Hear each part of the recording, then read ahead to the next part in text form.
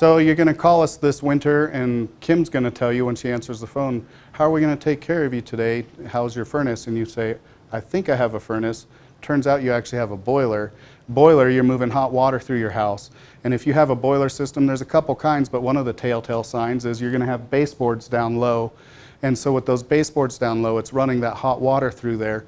Those baseboards are your heat exchangers. So you want to make sure that they are free of debris. You don't want, in the kids' room where they don't like to keep their clothes picked up, you're going to find clothes shoved around those, and the air has to be able to get through in order to create that airflow through that hot coil that's inside of there.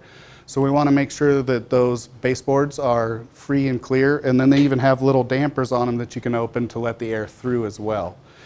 The other style you might have is you might have in-floor, where it's either stapled up underneath the flooring, and it might be that they poured it in the floor with the concrete on top of it, which makes for great thermal exchange. That makes your whole floor is now your heat exchanger.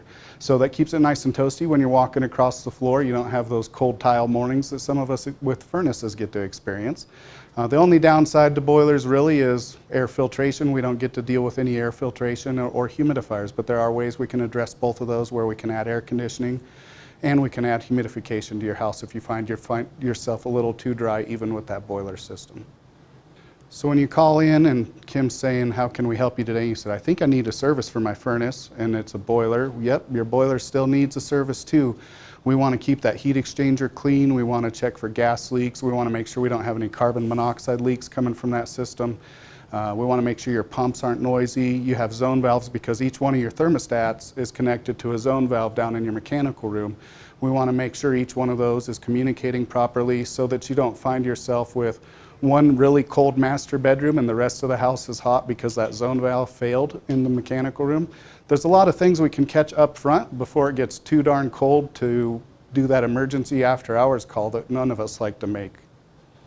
If you happen to find that you have a boiler and you're not sure, is this thing energy efficient, outside of having it serviced, we can definitely service it, but there are so many options to boilers nowadays. So, we have efficiencies that go all the way up to 90%, 98% efficient.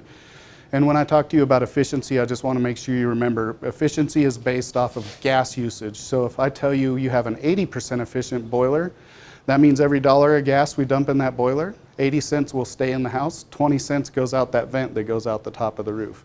If you get a 95% efficient boiler from me, you're going to find that means $1 in, 95 cents is going to stay in the house, and 5 cents will go out that PVC vent.